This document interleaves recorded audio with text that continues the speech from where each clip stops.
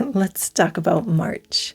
So, when I was talking to God about the energy of March and really just asking for a word of revolving around the energy of March, God gave me the word reset. And I know many of us have been feeling the ups and downs. Some of us have been feeling stagnant. Some of us have been feeling confused. And really, we can utilize the energies of March to help propel us forward. Now, we have a lot going on in March, actually, and some of it might be a little uncomfortable, but I really want you to leverage these energies.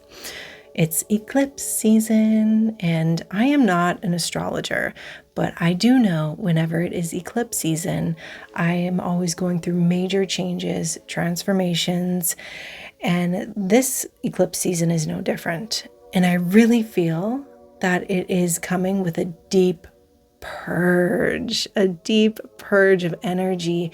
And it's purposeful, of course. So we have that, but we also have the spring equinox this month as well. So we have a lunar eclipse on, I'm just looking at my notes so I get the dates right, the 13th/14th, solar eclipse on the 29th, and then we have the spring equinox. What is that? I didn't write it down. The 24th, maybe? Does that sound right? Correct me if I am wrong. So there is quite a bit going on here. And I want to touch on both, but first let's start with the energy of the equinox. Like I said, this is going to be a really deep purge, but it is purposeful because we are shifting into that new vibration.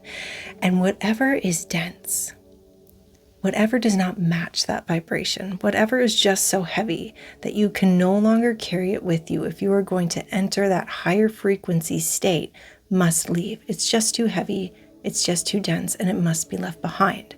So that is the great purge that I'm speaking of. And I'm talking about things way back, way back.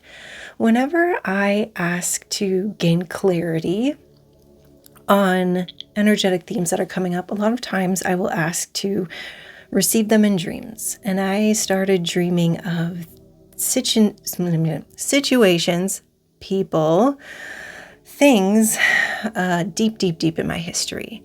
So expect things to come up that you maybe even thought were settled, and in reality they just need to be sent a little bit more love. And again, this is purposeful to help you reach a new vibrational level. And when I was tuning into maybe who was helping with this energy, Shambala came in, and Shambala masters. And I think this is really great because Shambhala is that frequency, an elevated state of mind. And the more we can connect to that energy, the longer we can live in that energy. Naturally, those densities start to fade away on their own because they are not a vibrational match. So if you're feeling that purge, if you're feeling in the thick of it during this eclipse season, meditate on Shambhala. And when I was connecting to this and speaking to a friend with this stuff, because, I love my spiritual community and they help me so much, Shasta came in, Mount Shasta. And I believe there is a link from Shasta to the Himalayas, where Shambhala is said to reside. And there's a lot of energy moving through Mount Shasta, of course, all the time, but maybe meditating on that location, or if you're near there, going there would be helpful as well. I've never personally been to Mount Shasta, but I connect in with my heart to that place because, of course, truly there is no distance or space or time. So that might be helpful. Also, the Shambhala masters who I was connecting with as I was speaking on, Shambhala and this deep purge, said, we are moving back to the original human templates. Let's just let that sink in.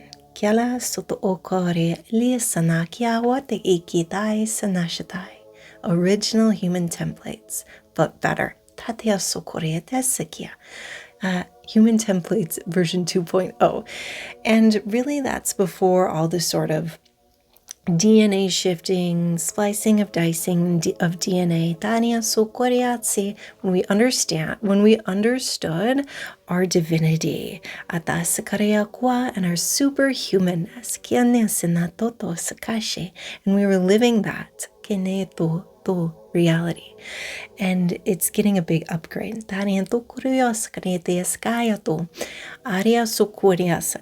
And it's thought that we have, of course, a lot of star lineages, and some star lineages sort of, like I said, we're kind of missing in our DNA.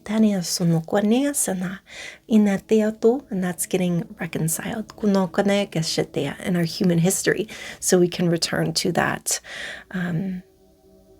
full embodiment of our divinity.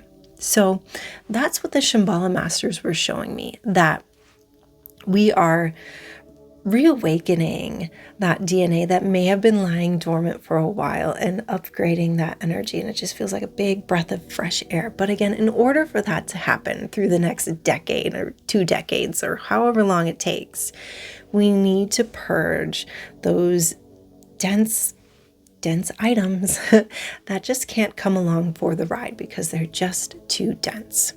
And I have a gathering coming up for this. I really wanted to do something to support you through this eclipse season.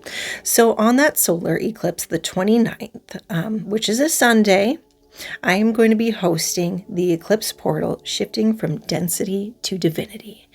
So we're really going to look at our energetic systems. We're going to look through the chakras, we're going to look through the auras and all, meridian lines, these sorts of things, and really start to purge out what is no longer in for the ride, and start to download those codes of the original human template and download divinity codes into our being to help you along this way. So if you're looking through a little support through eclipse season, or you just want to join some spiritual community, or if you're like, yeah, I really need to shed some things, I encourage you to join. That link is below.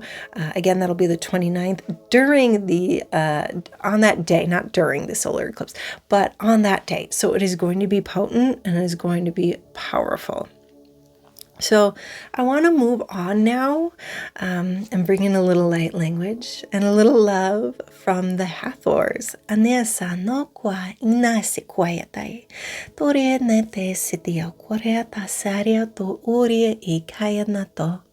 was just outside on the porch with my son. He's like 7 months old now, and it's been a little bit warm for the time of year. Upper 40s, right? Dead of winter. That feels really good in the Midwest. But we were just sitting outside enjoying the sunshine and the warm weather, and this really sweet frequency of the Hathors came in. And I was like, all right, let's dive in. Let's explore that. And they are coming in to support the equinox, that spring equinox that is coming up in the month of March. And when we think about the Hathors, they come with such love, they come with such sweetness, and such healing. And they were speaking of birth, rebirth. And the Hathors are really an expert at this. And they really came in strongly for me too when I was about to birth my son. There was so much Hathor energy there of support, again, of just birthing. And really, it's the perfect analogy for that equinox energy, because birthing is just this huge portal, and you have this sort of energy of, well, birth can be messy, but it can be beautiful. And in one moment you're in pain, and in the next moment you're in just this deep, deep-seated state of joy because your baby has just come through. There's this little bit of fear, but this ecstatic energy. So it's this beautiful sequence of polarity. And really, isn't that reflected in the spring equinox? We have equal amounts of light, equal amounts of darkness, day and night, and it's just this beautiful portal.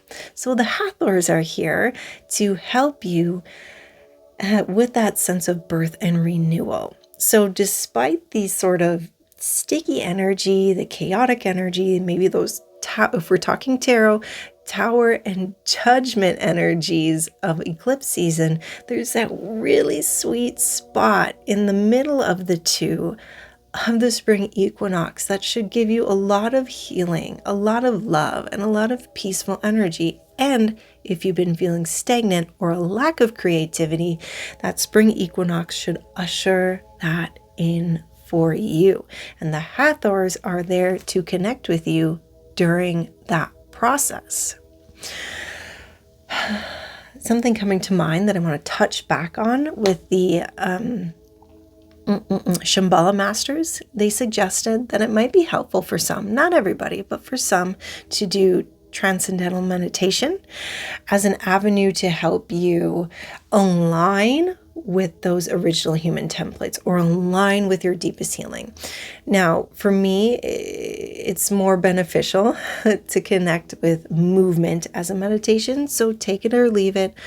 Always just take what resonates with these videos and just leave what does not.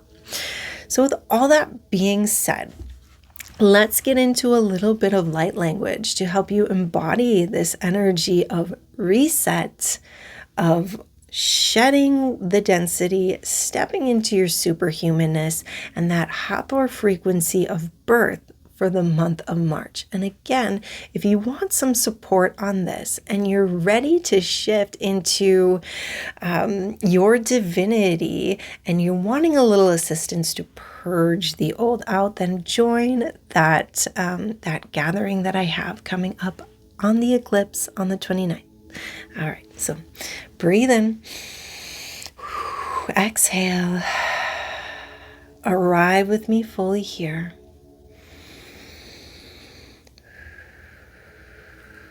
Sena kwenede ateatai sena kairia oriata sinekiaro sekiai. Saria kiaria sokoya nadai. Sono korea karia tataya sukorea tsikia kiai. Soro orea kiaria tada satia koro. Sanatea korea karia satai. There's some balance energy coming in. Siria tu korea satai. Karia kai area sokore. With these eclipse energies. It's here to help us balance. So we're not touching too much into some of the denser energies that are so prevalent on this planet.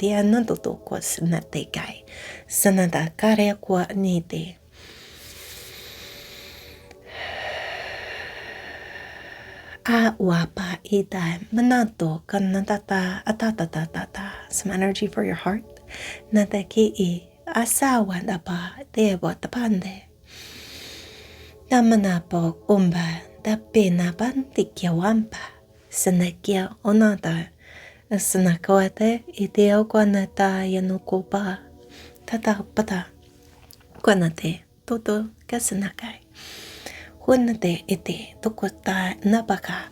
Some lovely feminine Hathor energy coming in. Takinandatote senate tarupa. If you heard that big thud just a minute or so ago, that was just my cat jumping off the bed.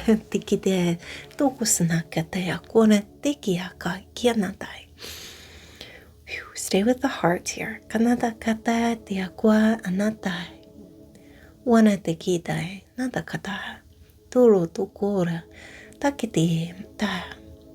Connect your heart to that Shambhala frequency.